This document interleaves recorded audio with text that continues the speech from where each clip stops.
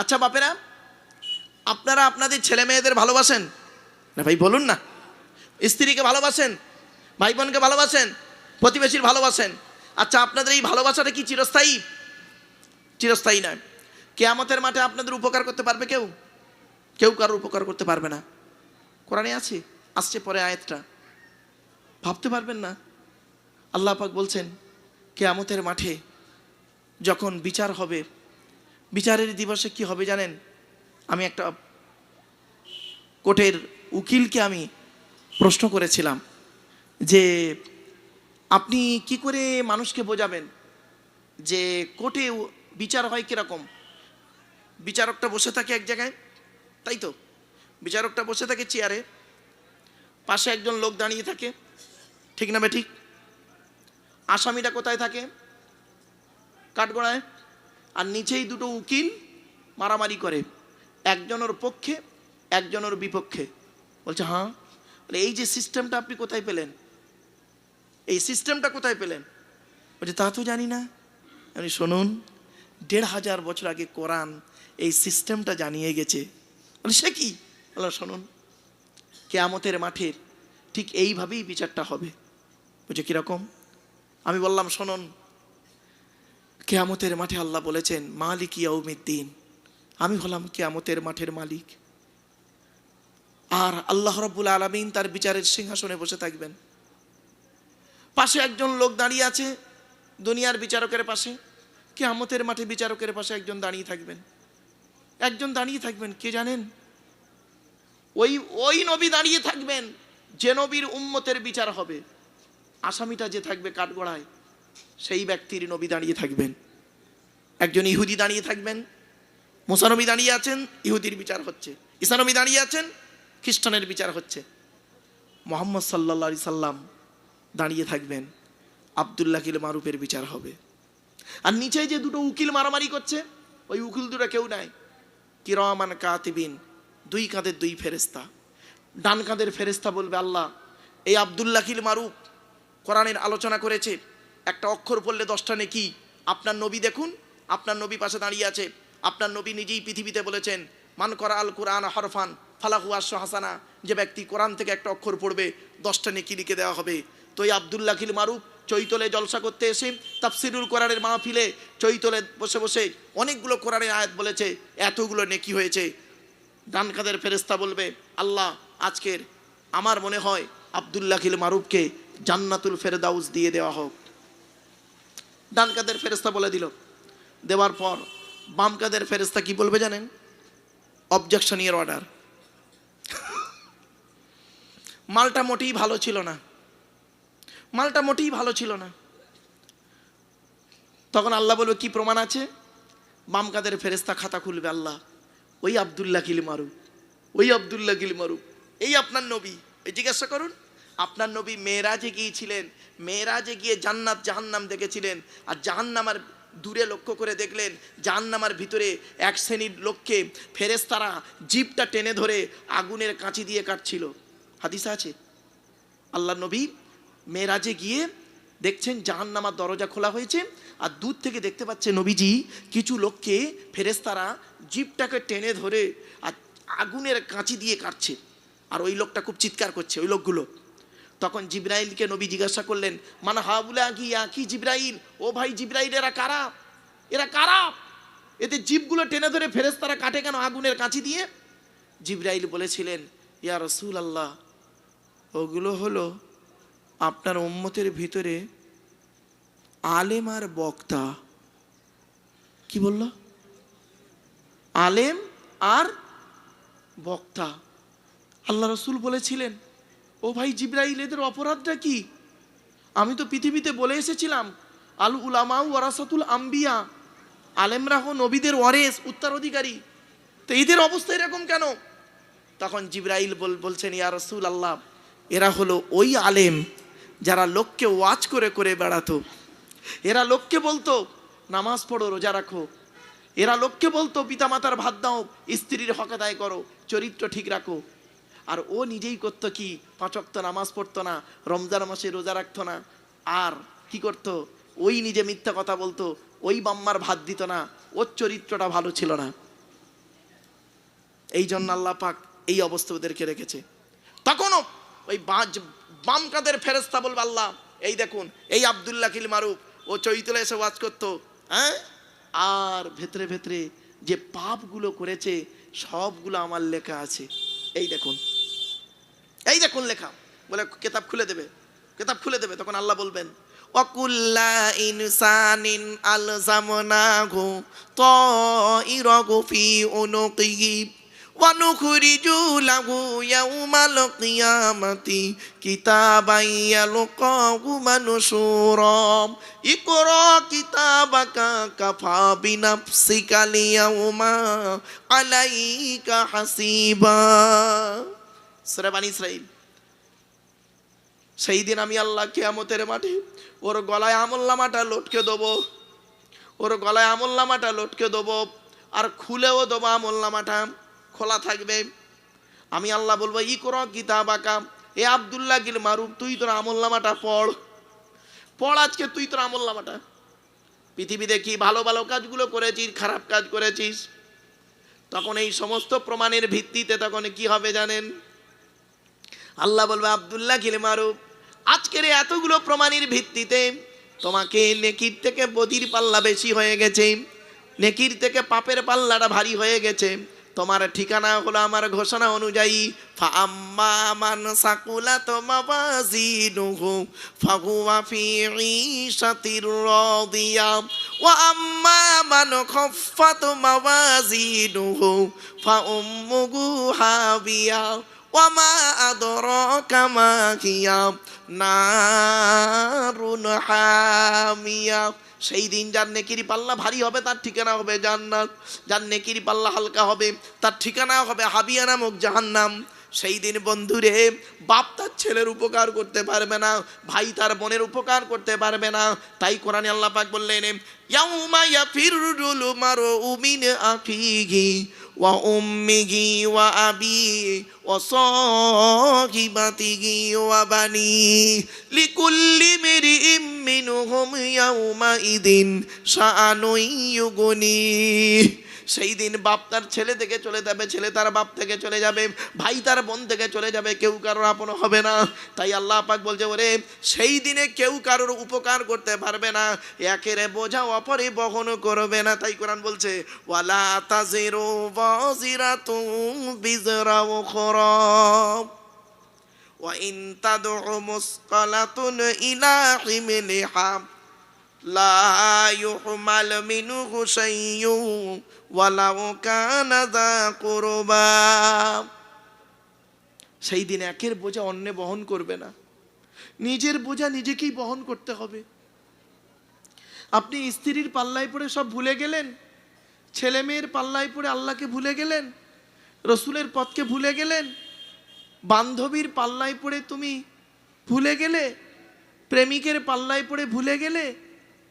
মনে রেখো, কেউ সেদিন উপকার করবে না। বলা হয়েছে, ওয়াইন তাদগু মুসকালাতুন ইলা হিমলিগা লা ইউহমাল মিনহু শাইয়ুন। কোন বোঝা বহনকারী যদি এসে তার বোঝাটাকে নিয়ে বলে, ভাইরা আমার বোঝাটা নিয়ে জানা রে, সে নিয়ে যাবে না, সে নিয়ে যাবে না সেদিন। আর ওয়ালাউ কানা যা কুরবা, যদিও তার আত্মীয় হয়, যদিও তার আত্মীয়। বাপ যদি বলে, ওরে আমার ছেলে তোর জন্য এত কিছু করেছি, আজ আমার নেকি খুব কম পড়ে গেছে, আমারে তুই একটু নেকি দে, আমি একটু জান্নাতে যাই, আমার জাহান্নাম থেকে মুক্তি পাই। ছেলেও অস্বীকার করে যাবে, স্ত্রী পিতামাতা অস্বীকার করে যাবে। তাই আল্লাহ পাক বলছেন, নবী এই কথাগুলো কাদের বলবে? কাদের বলবে এই কথাগুলো? এই জাহান্নামের ভয়গুলো কাদের দেবে? আল্লাহ বলছেন, নবী কাদের দেবে জানো? ইন্নামা তুনজিরুল্লাযীনা ইয়াখশাউনা রাব্বাহুম বিল গায়বি ওয়া আকামুস সালাত। এই কথাগুলো নবী তাদেরকে বলো, ইন্নামা তুনজিরুল্লাযীনা, নিশ্চয়ই আপনি ভয় প্রদর্শনকারী। কাদের ভয় দেখাবেন? আল্লাযীনা ইয়াখশাউনা রাব্বাহুম, যারা তাদের রবকে আল্লাহকে ভয় করে, বিল গায়বি, না দেখে, না দেখে আল্লাহকে ভয় করেছেন। অনেক মানুষ বলে দেখে ইবাদত করছি, আল্লাহ বলছে না, তুই না দেখে আমাকে বিশ্বাস কর। ছোট্ট একটা উদাহরণ দিচ্ছি, রাগ করবেন না, কেউ খারাপ সেন্স নেবেন না। দয়া করে ক্ষমা করবেন। ভালোবাসা বাস্তবায়িত করতে গেলে 5টা জিনিসের প্রয়োজন। কটা কটা কটা? 5টা। কি কি শুনে নিন। এগুলো বাচ্চাদের একটু শেখাবেন, বাচ্চাদের শেখাবেন, নাতিদেরকে শেখাবেন, ওরা ভবিষ্যতে কিছু শিখতে পারবে। ভালোবাসাকে বাস্তবায়িত করতে গেলে 5টা জিনিসের প্রয়োজন। প্রেমিক প্রেমিকার ভালোবাসা টিকে রাখতে গেলে 5টা জিনিসের প্রয়োজন। কি কি? এক নাম্বার কি জানেন? প্রথম হচ্ছে অন্ধের মতো বিশ্বাস করতে হবে। ঠিক না বেঠিক? জাস্ট উদাহরণ দিচ্ছি বাবা, রাগ করবেন না, কেউ খারাপ সেন্স দেবেন না। প্রেমিক প্রেমিকার ভালোবাসা টিকে রাখতে গেলে একে অপরকে অন্ধের মতো বিশ্বাস করতে হবে। বিশ্বাসে যদি ত্রুটি হয় ও সংসার সুখের হবে না, আর বন্ধুত্ব থাকবেও না, বিশ্বাস হারালে। 1 নাম্বার। 2 নাম্বার, ভালোবাসাকে বাস্তবায়িত করতে গেলে কি করতে হবে জানেন? একে অন্যের জন্য একটু সময় ব্যয় করতে হবে। সময় ব্যয়, নিরালা জায়গায় বসে বা কোনো জায়গায় বসে, পার্কে হোক, ইত্যাদি ইত্যাদি জায়গায় বসে একে অন্যের জন্য একটু সময় ব্যয় করবে। 3 নাম্বার, ভালোবাসাকে বাস্তবায়িত করতে গেলে একে অপরের জন্য একটু শুকাতে হবে। জাস্ট উদাহরণ, বন্ধু বন্ধুকে বলছে যে বন্ধু তুমি খেয়েছো? না আমি খাইনি, তুমি না আসা পর্যন্ত আমি খেতে পারছি না। তো বন্ধু মনে করলো আরে আমি না গেলে বন্ধু খাচ্ছে না, সেও তাড়াতাড়ি আসবে ইত্যাদি। তাহলে শুকাতে হবে 3 নাম্বার। 4 নাম্বার হলো বন্ধু বন্ধুর পরিচয়, প্রেমিক প্রেমিকার ভালোবাসা টিকে রাখতে গেলে কি করতে হবে? একে অন্যকে একটু গিফট পাঠাতে হবে। গিফট, হাদিয়া গিফট পাঠাতে হবে বিভিন্ন তারিখে, যাই হোক। 5 নাম্বার হলো প্রেমিক প্রেমিকার ভালোবাসা বা বন্ধু বন্ধুর ভালোবাসাকে বাস্তবায়ন করতে গেলে জীবনে একবার দেখা সাক্ষাৎ করতে হবে। ঠিক না বেঠিক? এই 5টা জিনিসের প্রয়োজন। শুনতে কেমন লাগলো এবার খুলে বলছি। আল্লাহ বলছেন, ওরে দুনিয়ার মানুষ, আমি আল্লাহ আমার সঙ্গে তোদের প্রেম ভালোবাসা টিকে রাখতে গেলে 5টা জিনিসের প্রয়োজন। 1 নাম্বার হলো আমাকে না দেখে না বুঝে না চিনে অন্ধের মতো বিশ্বাস করবি, আমার সঙ্গে তোদের ভালোবাসা রয়ে যাবে। আল্লাযীনা ইউমিনুনা বিল গায়বি, আল্লাহ বলছেন তারাই হলো মুত্তাকি, যারা আল্লাহকে না দেখে না বুঝে না চিনে অন্ধের মতো বিশ্বাস করেছে। জোরে বলুন সুবহানাল্লাহ। 2 নাম্বার কি বলেছিলাম? ভালোবাসাকে টিকে রাখতে গেলে কি করতে হবে? একে অন্যের জন্য একটু কি করতে হবে? সময় ব্যয় করতে হবে। আল্লাহ বলছে বান্দারে, এই পৃথিবীতে বাঁচতে গেলে, আমার সঙ্গে তোদের ভালোবাসা টিকে রাখতে গেলে কি করবি? আমার জন্য একটু সময় ব্যয় করবি। তবে সারাক্ষণ 24 ঘন্টা দিতে হবে না, দিনে 5 বার, ফজর জোহর আসর মাগরিব এশা, 10 মিনিট করে 24 ঘন্টায় 50টা মিনিট সময় দিবি। যেখানেই তুই সময় পাবি, নিরালা জায়গায় হোক আর সমাজের মাঝখানে হোক, আমার জন্য একটু সময় দিবি, অর্থাৎ নামাজটা আদায় করবি, আমার সঙ্গে তোদের ভালোবাসা টিকে থাকবে। 3 নাম্বার কি বলেছিলাম? ভালোবাসাকে বাস্তবায়িত করতে গেলে কি করতে হবে? একে অন্যের জন্য একটু শুকাতে হবে। আল্লাহ বলছে শোন, 12 মাসে বছর 11টা মাস পেট ভর্তি করে খাবি, আর একটা মাস সেই শবে সাদেক থেকে শুরু করে মাগরিবের আজান পর্যন্ত আমার জন্য একটু শুকিয়ে থাকবি, আমার জন্য একটু শুকাবি, তাহলে আমার সঙ্গে তোদের ভালোবাসাটা টিকে থাকবে। কিছু বুঝতে পারছেন কথা? 4 নাম্বার কি বলেছিলাম? ভালোবাসাকে বাস্তবায়িত করতে গেলে কি করতে হবে? একে অন্যের জন্য একটু গিফট পাঠাতে হবে। গিফট, হাদিয়া। আল্লাহ বলছে শোন, আমি আল্লাহ তোকে অর্থ দিয়েছি অনেক, শতকরা 2.5 টাকা জাকাত দিবি, গরিব ফকির এতিম মিসকিনদের দান খয়রাতগুলো করবি। আর শুধু তাই নয়, তুই আলাউ পোলাও করে খাচ্ছিস, পাশের গরিব ভাইটা ওরও একটু দান করবি। শুধু তাই নয়, 1 মাস রোজা রাখার পরে ঈদুল ফিতরের নামাজ পড়তে যাওয়ার আগে গরিব ফকির এতিম মিসকিনদেরকে ফেতরাটা দিয়ে ওদের খুশি রাখবি। আমি আল্লাহ আমার সঙ্গে তোদের প্রেম ভালোবাসা টিকে থাকবে। 5 নাম্বার কি বলেছিলাম? ভালোবাসাকে বাস্তবায়িত করতে গেলে কি করতে হবে? জীবনে একবার দেখা করতে হবে। আমার রাসূল বলছেন, ওরে দুনিয়ার মানুষ, এই প্রথম 4টে কাজ যদি তোরা ঠিক মতো করিস, কিয়ামতের মাঠে আল্লাহর সঙ্গে তোদের দিদার হয়ে যাবে। আসো, আল্লাহ বলছেন নবী, ইন্নামা তুনজিরুল্লাযিনা ইয়াখশাউনা রাব্বাহুম বিল গায়বি, নবী তুমি তাদেরকে ভয় দেখাও যারা আল্লাহকে ভয় করে। আমার বাপেরা, আল্লাহর ভয় করুন। পৃথিবীতে কোনো ব্যক্তি বস্তুর ভয় না করে আল্লাহর ভয় করুন। আর মুমিন ব্যক্তি একমাত্র আল্লাহকেই ভয় করে। ঠিক না বেঠিক? একমাত্র আল্লাহকে ভয় করে, অন্য কোনো ভয়, মৃত্যুর ভয় মুমিন করে না। মুমিন মরে একবার, কবার? মুমিন মরে একবার, আর মুনাফিক মরে শতবার। মুমিন মরে একবার আর মুনাফিক মরে শতবার। এই মুনাফিক শব্দটা এখন মুখ থেকে বেরোলো, বাবা একটু শুনে নিন। মুনাফিকের ব্যাখ্যাটা একটু করে দিই। মুনাফিক হলো 2 রকমের। কত রকম বাবা? 2 রকম। একটা হলো কি? বিশ্বাসগত মুনাফিক, কার্যগত মুনাফিক। মুনাফিক ফিল ঈমান, আর মুনাফিক ফিল আমাল, বিশ্বাসের দিক থেকে মুনাফিক। এর অনেকগুলো ভাগ আছে। আর কাজের দিক থেকে, আমলের দিক থেকে মুনাফিক, আমলের দিক থেকে মুনাফিকের 5টা ভাগ। কটা? 5টা। কি কি? 1 নাম্বার, কথায় কথায় মিথ্যা কথা বলে যে লোক, ও লোকটা হলো মুনাফিক। 2 নাম্বার, ওয়াদা করলে খেলাপ করবে, ওই লোকটা হলো মুনাফিক। 3 নাম্বার, আমানতের খেয়ানত করবে যে, মুনাফিক। আচ্ছা বাপেরা, আমরা আমানত বলতে কি বুঝি? টাকা আমানত বুঝি না? শোনেন, আমানতের 5টা ভাগ। কটা? 5টা। কি কি? টাকা আমানত, জায়গা আমানত, ব্যক্তি আমানত, বস্তু আমানত, কথা আমানত। 5 রকম আমানত। শুধু ভাববেন না টাকা, টাকা দিয়ে আমানত না, আরো 5 রকম ভাগ আছে। একটা হলো টাকা আমানত, আমি কিছু টাকা এই ব্যক্তির কাছে রাখলাম, উনি করলেন কি? খেয়ানত করে দিলেন, টাকা আমানত খেয়ানত করলেন। এবার আসছি, আমি ওনার কাছে একটা বস্তু রাখলাম, উনি সেটাকে নষ্ট করে দিলেন, তাহলে বস্তু আমানত, খেয়ানত করলেন। আমি ওনার কাছে কিছু জায়গা, 2 কাঠা জায়গা কি 5 কাঠা জায়গা ওনার কাছে রাখলাম, উনি করলেন কি? নিজের নামে রেকর্ড করে নিলেন, জায়গা আমানতের খেয়ানত করলেন। এবার আসছি ব্যক্তি আমানত, আমার একটা বাচ্চাকে ওনার কাছে রাখলাম, উনি করলেন কি? সুযোগ বুঝে আমার সেই বাচ্চার সঙ্গে অক্রিয় কাজ করে পাপ কাজে লিপ্ত করে দিলেন, তাহলে ব্যক্তি আমানত। আমি একটা কথা ওনাকে বললাম, ভাই এই কথাটা আপনি রাখবেন, দ্বিতীয় কাউকে বলবেন না, আমানতটা রাখবেন। উনি করলেন কি? আমার সঙ্গে একটু তর্ক বিতর্ক ঝগড়া হয়েছে, উনি সেই কথাটাকে, গোপন কথাটাকে নিয়ে অন্যকে বলে দিলেন, কথা আমানত। দেখেছেন বাবা? এবার আসছি, তাহলে 1 নাম্বার হলো ওয়াদা করলে খেলাপ করবে, মিথ্যা কথা বলবে, ওয়াদা করলে খেলাপ করবে, আমানতের খেয়ানত করবে। 3 নাম্বার, 4 নাম্বারটা কি শুনে নিন। ঝগড়ার সময় যারা গালাগালি করে, ঝগড়ার সময় যারা গালাগালি করে তারা হলো মুনাফিক। ঝগড়ার সময় যারা গালাগালি করে, সে যেই শ্রেণীর লোক হতে পারে, পীর সাহেব, মলি সাহেব, মুফতি সাহেব, ইমাম সাহেব, দরবেশ সাহেব, যে সাহেব হতে পারে, ওসব দেখার দরকার নেই। ঝগড়ার সময় যে ব্যক্তি গালিগালাজ করে তারা হলো মুনাফিক। 5 নাম্বারটা কি জানেন? খুব মারাত্মক কথা, শাহাদাতু কওলি জুর, যারা মিথ্যা সাক্ষী দেয় তারা হলো মুনাফিক।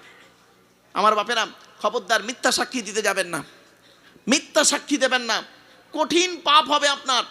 আপনি হয়তো দুনিয়াতে সাময়িক কিছু মজা পাবেন, কিন্তু জানবেন আপনাকে জাহান্নামের আগুনে জ্বলতে হবে, আর এর বদলা আপনাকে দিতে হবে জীবনে কোনো দিন।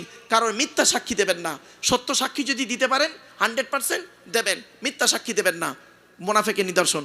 আর মুনাফিক থাকবে কোথায়? জাহান্নামের সবথেকে নিকৃষ্ট জায়গা, ইন্নাল মুনাফিকিনা ফিদ দারকিল আসফালি মিনান নার। চলুন, তাই আল্লাহ পাক বললেন কি? নবী তুমি তাদেরকে ভয় দেখাও, আল্লাযীনা ইয়াখশাউনা রাব্বাহুম বিল গায়বি, যারা আল্লাহকে ভয় করে। তাই আমার বাপেরা, আল্লাহকে ভয় করুন, পৃথিবীর কোনো ব্যক্তি বস্তুকে ভয় না করি, চলুন আল্লাহকে ভয় করি। আর কি করবে? ইয়াখশাউনা রাব্বাহুম বিল গায়বি, যারা আল্লাহকে না দেখে না বুঝে কি করেছে? অন্ধের মতো বিশ্বাস করেছে, আল্লাহকে ভয় করেছে। আর শুধু আল্লাহকে ভয় করলে হবে না, সঙ্গে সঙ্গে কি করতে হবে? ওয়া আকামুস সালাত, নামাজ আদায় করতে হবে। জোরে বলুন সুবহানাল্লাহ। আমার বাপেরা, নামাজ কারোর জন্য মাপ নেই, এটা মনে রাখবেন।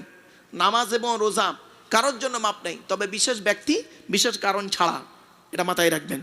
সামনে রমজান মাস আসছে, রোজার দিকে লক্ষ্য রাখুন। এরপরে আল্লাহ পাক বলছেন, ওমান তাযাক্কা ফাইন্নামা ইয়াতাযাক্কা লিনাফসিহি, যে ব্যক্তি পরিশুদ্ধ করেছে, পবিত্র করেছে, সে তার নফসকেই পবিত্র করেছে। আমার বাপেরা, আমাদের দেহে কি করি বলুন তো? আমরা সাবান দিয়ে ময়লা পরিষ্কার করি, তাই না? কাপড়ে ময়লা লাগলে সাবান দিয়ে পরিষ্কার করি, কিন্তু অন্তরে ময়লা লাগলে অন্তরটাকে কি করে পরিষ্কার করবেন? আল্লাহ নবী বলেছেন, লিকুল্লি শাইইন সাকালাতুন ওয়া সাকালাতুল কুলুবি যিকরিল্লাহ। রাসূল বললেন, পৃথিবীর প্রত্যেকটা বস্তু যদি খারাপ হয়ে যায়, তার সারাবার রাস্তা আছে। মানুষের অন্তর যখন খারাপ হয়ে যায়, মানুষের অন্তর কিভাবে খারাপ হয়? সুদ, ঘুষ, ব্যভিচার, নারী নির্যাতন, পাপ কাজ করে করে, হারাম খাবার খেয়ে খেয়ে, হারাম খাবার খেয়ে খেয়ে, পাপ কাজ করে করে অন্তরটা কি করে? ময়লা পড়ে যায়, ময়লা পড়ে যায়। এই অন্তরটাকে পরিষ্কার করার জন্য একটাই রাস্তা, আল্লাহর ভয়, আল্লাহর জিকির, আল্লাহর স্মরণ, আল্লাহর ইবাদত। জোরে বলুন সুবহানাল্লাহ। আল্লাহ রাসূল বলছেন, আলা ইন্না ফিল জাসাদি মুদগাতান ইদা সালুহাত সালুহাল জাসাদু কুল্লুহু ওয়া ইদা ফাসাদাত ফাসাদাল জাসাদু কুল্লুহু আলা ওয়া হিয়াল কলব। মানব দেহের মধ্যে একটা মাংসপিণ্ড আছে, ওই মাংসপিণ্ড যখন ভালো থাকে সারা শরীরটা তখন ভালো থাকে, আর ওই মাংসপিণ্ড যখন খারাপ হয়ে যায় সারা শরীরটা তখন খারাপ হয়ে যায়। ওই মাংসপিণ্ডটার নাম হলো অন্তর। অন্তর, কলব, অন্তর। বাবা, অন্তরটা পরিষ্কার করুন। অন্তরে জিলিপির প্যাঁচ রেখে বাইরে ধর্ম করছেন, হ্যাঁ? আপনি অন্তরে জিরিপির প্যাঁচ রেখে বাইরে নামাজ করছেন, রোজা করছেন আর ইবাদত করছেন, হ্যাঁ? আপনি কি জানেন কিয়ামতের মাঠে দুই ধরনের প্রশ্ন হবে? কয় ধরন? দুই ধরনের প্রশ্ন হবে। আজকে শুনে যান বাপেরা, কিয়ামতের মাঠে দুই ধরনের প্রশ্ন হবে। এক নম্বরটা কি? এক নম্বর হলো আল্লাহর তরফ থেকে প্রশ্ন। আল্লাহর তরফের প্রশ্ন কি? আল্লাহ বলবেন, এই তুই আমার উপরে 100% বিশ্বাস করেছিলিস, ঈমান এনেছিলিস? তো তখন বান্দা কি বলবে? আল্লাহ 100% তো ঈমান এনেছিলাম, কিন্তু কখনো কখনো 50% হয়ে গেছে। যাই হোক। রোজা রেখেছিলিস? আল্লাহ 40 বছর বয়স পর্যন্ত ঠিক মতো রাখিনি, বুড়ো বয়সে রেখেছিলাম। নামাজ পড়েছিলিস? আল্লাহ 40 বছর বয়স পর্যন্ত ঈদ বকরা ঈদটাই পড়েছিলাম, আর মাঝে মাঝে জুম্মাটা পড়তে যেতাম, তবে বুড়ো বয়সে একটাও ফাঁক দিইনি। ও, জাকাত দিয়েছিলিস? হ্যাঁ, গরিবদের দান করতাম। 4 লক্ষ টাকা জাকাত হয়েছিল, 50,000 টাকার কিছু শাড়ি কিনে গরিবদের দান করে দিয়েছে। কিছু বুঝতে পারলেন না কথাটা? না, ক লক্ষ টাকা জাকাত হয়েছে? 4 লক্ষ টাকা জাকাত হয়েছে, 50,000 টাকা শাড়ি এনে দিয়েছে। লোক মনে করলো জাকাত পাপ, খবরদার নয়। চলেন, তো আল্লাহ ইচ্ছা করলে মাফ করলে করতে পারেন।